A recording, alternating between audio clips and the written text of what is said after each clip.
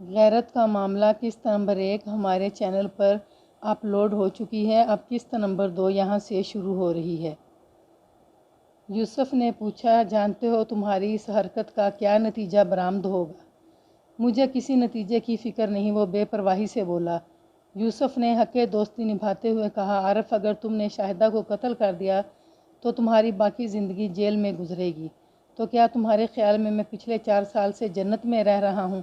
عارف نے تلخی سے کہا، مجھے یقین ہے جیل کی زندگی میری موجودہ زندگی سے کہیں بہتر ہوگی۔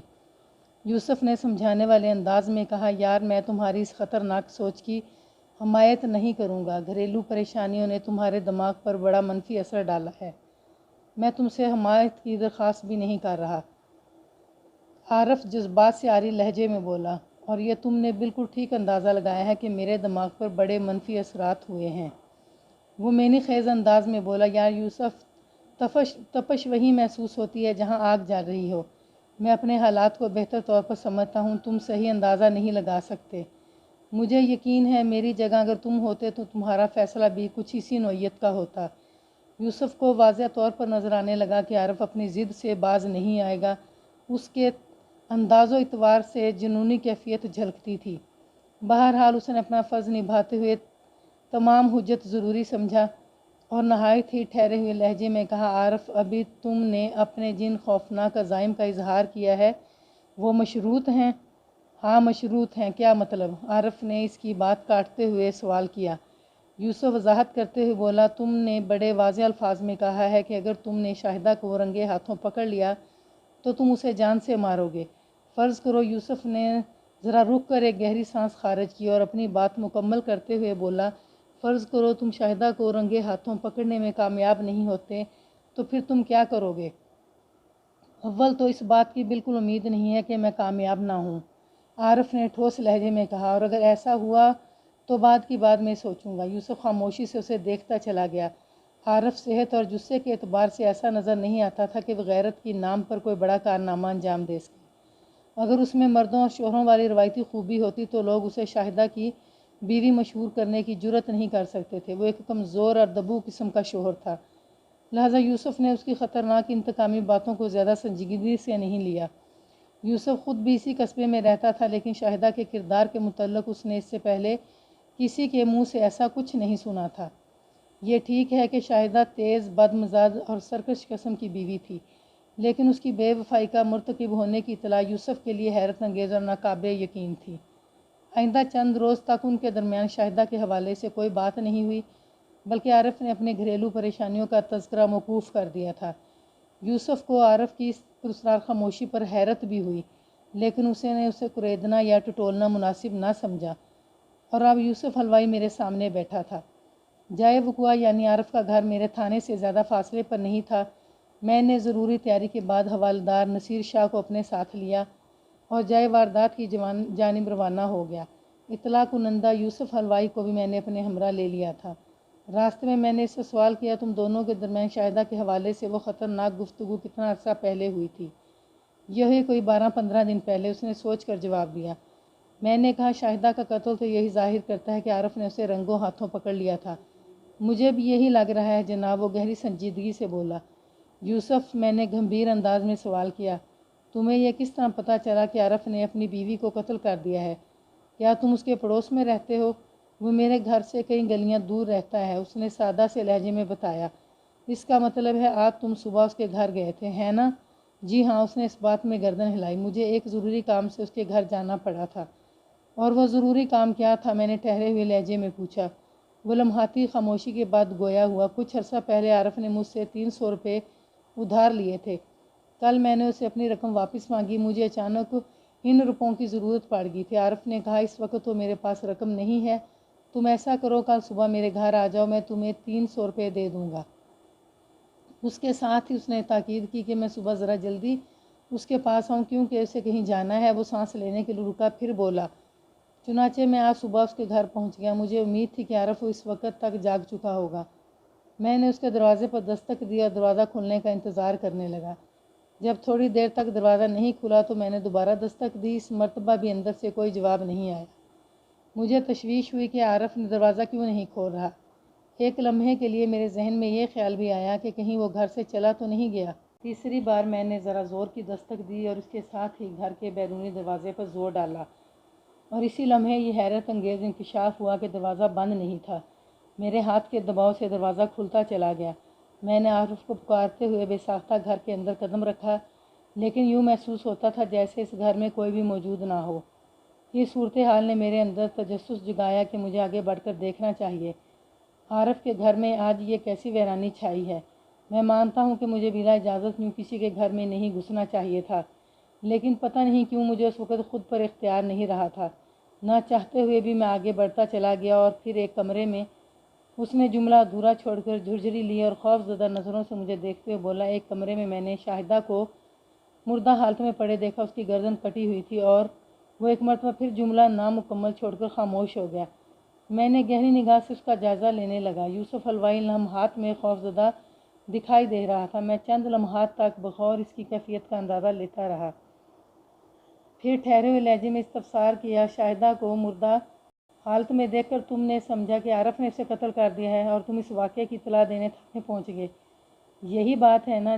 جی ہاں، یہی بات ہے، وہ جلدی سے اس بات میں گردن ہلاتے ہوئے بولا۔ میں نے پوچھا، تمہیں گھر میں عارف کہیں بھی دکھائی نہیں دیا؟ نہیں جناب، وہ قطعیت سے بولا، عارف مجھے وہاں نظر نہیں آیا۔ تم نے وہاں کتنا وقت گزارا؟ میں نے سوال کیا۔ 2-4 منٹ، وہ سوچتے ہوئے بولا۔ شاہدہ کی لاش دیکھ کر میں فوراً گھر سے نکل آیا تھا، پھر تھانے کی جانب چل پڑا۔ میں نے ایک گہری سانس خارج کی اور پوچھا، کیا عارف کے گھر سے نکلنے کے بعد تم نے کسی اور کو شاہدہ کے قتل کے بارے میں بتایا تھا یا سیدھے ادھر آ گئے تھے؟ اس نے ایک لمحہ سوچنے کے بعد جواب دیا، جب میں گھبرایا ہوا عارف کے گھر سے باہر نکلا تو ظہور حسین اپنے دروازے میں کھڑا تھا۔ ظہور حسین عارف کا پڑوسی ہے۔ اس نے مجھ سے پوچھا، کیا بات ہے یوسف، تم اتنے خوفزدہ کیوں ہو؟ اور یہ صبح ہی صبح ادھر؟ میں نے ظہور کو بتایا، میں ایک ضروری کام سے یہاں آیا تھا۔ عارف نے مجھے اسی وقت بلایا تھا، لیکن پتہ نہیں وہ خود کہاں غائب ہو گیا ہے۔ اندر اس کی بیوی شاہدہ کی لاش پڑی ہے۔ میں اس واقعہ کی اطلاع دینے تھانے جا رہا ہوں۔ تھوڑی ہی دیر کے بعد ہم عارف کے گھر کے سامنے کھڑے تھے۔ وہاں لگ بھگ 1 درجن افراد جمع تھے۔ چھوٹی سی داڑھی والے کے ادھیڑ عمر شخص نے عارف کے دروازے کو اس طرح کور کر رکھا تھا جیسے وہاں پہرا دے رہا ہو۔ یوسف نے مجھے بتایا کہ یہ وہی ظہور حسین ہے۔ وہ غالباً وہاں موجود لوگوں کو عارف کے گھر کے اندر داخل ہونے سے روک رہا تھا۔ ہم پر نگاہ پڑتے ہی ظہور نے اطمینان کی سانس لی اور قدرے بلند آواز میں بولا، لو جی، پولیس بھی آ گئی۔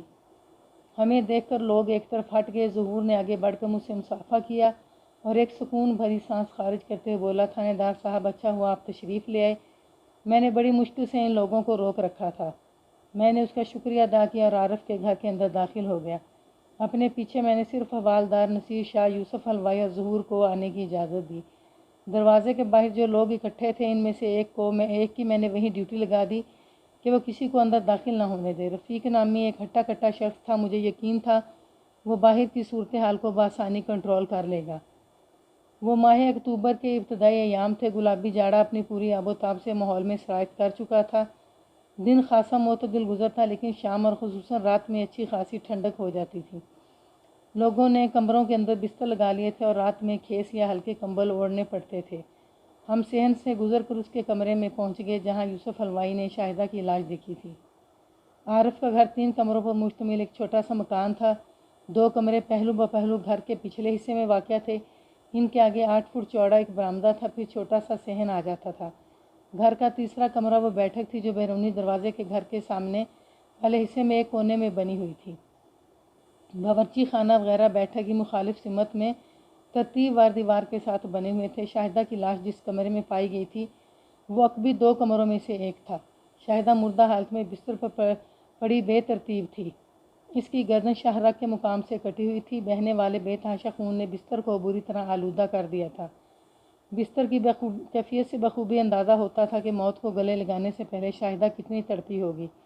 میں نے بستر کے مختلف خون آلود حصوں کا بغیر جائزہ لیا اور مجھے یہ اندازہ قائم کرنے میں کسی دشواری کا سامنا نہیں کرنا پڑا کہ شاہدہ کی موت واقعہ ہوئے زیادہ وقت نہیں گزرا۔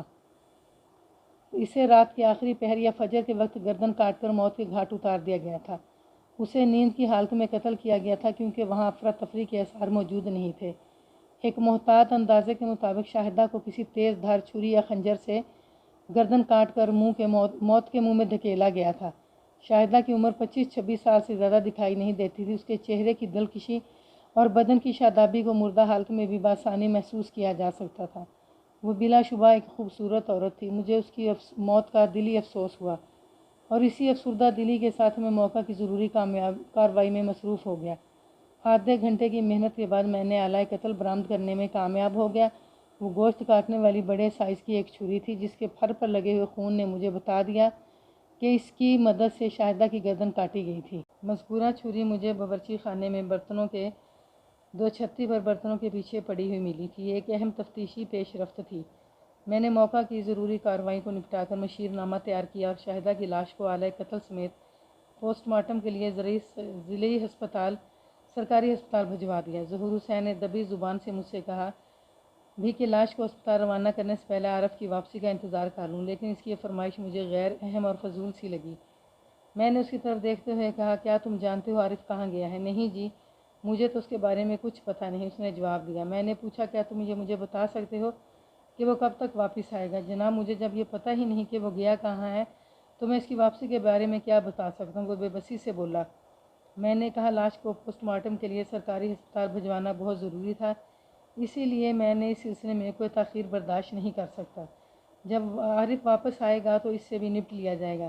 ویسے مجھے امید نہیں کہ وہ واپس آئے، مجھے اس کی تلاش میں اپنے بندوں کو بھیجنا پڑے گا۔ میرے لہجے کی معنی خیزی کو محسوس کر کے اس نے چپ سادھ لی۔ میں نے وہاں موجود افراد کے بیانات لینے کا سلسلہ شروع کیا۔ یوسف حلوائی نے اضطراری انداز میں کہا، تھانے دار صاحب، سب سے پہلے آپ میرا بیان لے لیں، دوپہر ہونے والی ہے اور مجھے دکان بھی کھولنی ہے۔ تھانے سے لے کر یہاں تک میں نے یوسف حلوائی سے متعدد سوالات پوچھے تھے، جن کے جوابات میں اس نے مجھے شاہدہ اور عارف کے بارے میں پیش بہا معلومات فراہم کی تھیں۔ ایک طرح سے میں نے اس کے بیان کی بنیاد پر تفتیش کو آگے بڑھا رہا تھا۔ میرے خیال میں اس سے فوری طور پر پوچھنے کے لیے کچھ باقی نہیں بچا تھا۔ اگر آگے چل کر کوئی اہم بات سامنے آتی تو اسے تھانے بلا کر پوچھ گچھ کی جا سکتی تھی۔ چنانچہ میں نے اسے جائے واردات پر مزید روکنا مناسب نہ سمجھا۔ ٹھیک ہے یوسف، میں نے اس کے خاموش ہونے پر کہا، مجھے احساس ہے تم صبح سے خوار ہو رہے ہو۔ مجھے مزید جو کچھ پوچھنا ہوگا میں دکان پر آ کر تم سے پوچھ لوں گا، اب تم جا سکتے ہو۔ وہ مجھے سلام کر کے رخصت ہو گیا۔ میں نے موقع پر موجود افراد سے تین چار افراد کے بیانات لیے، جن میں ظہور حسین اور صداقت علی بھی شامل تھے۔ صداقت علی کے علاوہ سبھی نے عام اور رسمی سی معلومات فراہم کی، مثلاً یہ کہ عارف اپنی بیوی سے بہت ڈرتا تھا، شاہدہ کے سامنے اس کی سیٹی گم ہو جاتی تھی، شاہدانہ حاکمانہ مزاج کی مالک ایک دھانسو قسم کی عورت تھی، اس نے شروع دن سے عارف کو اس طرح دبایا تھا کہ وہ اس کے سامنے دم مارنے کی جرات نہیں کر سکتا تھا، بلا چوں چراں وہ اپنی بیوی کے اشاروں پر ناچتا رہتا تھا، اسی لیے پورے قصبے میں مشہور تھا کہ عارف شاہدہ کی بیوی ہے اور شاہدہ عارف کا شوہر۔ میں نے بڑے محتاط انداز میں شاہدہ کی بے وفائی کے بارے میں بھی سوالات کیے، لیکن صداقت علی کے سوا کوئی مقتول کی زندگی کے اس زاویے سے آگاہ نہیں تھا۔ صداقت کی حیثیت بھی کسی چشمدید گواہ کی نہیں تھی، تاہم اسے پختہ شک تھا کہ شاہدہ کوئی بڑی گڑبڑ کر رہی ہے۔ ویسے بھی صداقت علی کی باتوں سے میں نے محسوس کیا کہ دونوں کا ایک دوسرے کے گھر میں آنا جانا بھی تھا، لہٰذا میں اسی کی بیٹھک میں لے کر چلا گیا۔ مجھے امید تھی صداقت سے کوئی ایسی ضروری بات ضرور معلوم ہو جائے گی جو اس کیس کی گتھی کو سلجھانے میں معاون ثابت ہو۔ صداقت علی کے گھر میں قدم رکھنے سے پہلے میں نے عارف کے گھر کو بند کر کے اس کے داخلی دروازے پر بھی سرکاری تالا لگا دیا تھا۔ آس پڑوس والوں کو میں نے سختی سے ہدایت کر دی تھی کہ جس کو بھی عارف دکھائی دے اسے سیدھا تھانے میں میرے پاس بھیج دے۔ صداقت علی نے میرے نہ کرنے کے باوجود بھی خاطر تواضع کے لیے اپنے گھر والی کلثوم کا اہم احکام صادر کر دیے۔ جب ہم بیٹھک میں ایک دوسرے کے روبرو بیٹھے تو میں نے سنجیدہ لہجے میں پوچھا، صداقت علی، مجھے اس قصبے میں تعینات ہوئے زیادہ دن نہیں ہوئے، میں نے تمہارے پڑوسی جوڑے کے بارے میں بڑی عجیب اور واہیات باتیں سنی ہیں۔ کیا عارف واقعی شاہدہ کے سامنے ایک زر خرید غلام بن جاتا تھا؟ لوگ اسے شاہدہ کی بیوی کیوں سمجھتے تھے؟ اس کے پیچھے کوئی نہ کوئی راز تو ضرور چھپا ہوگا۔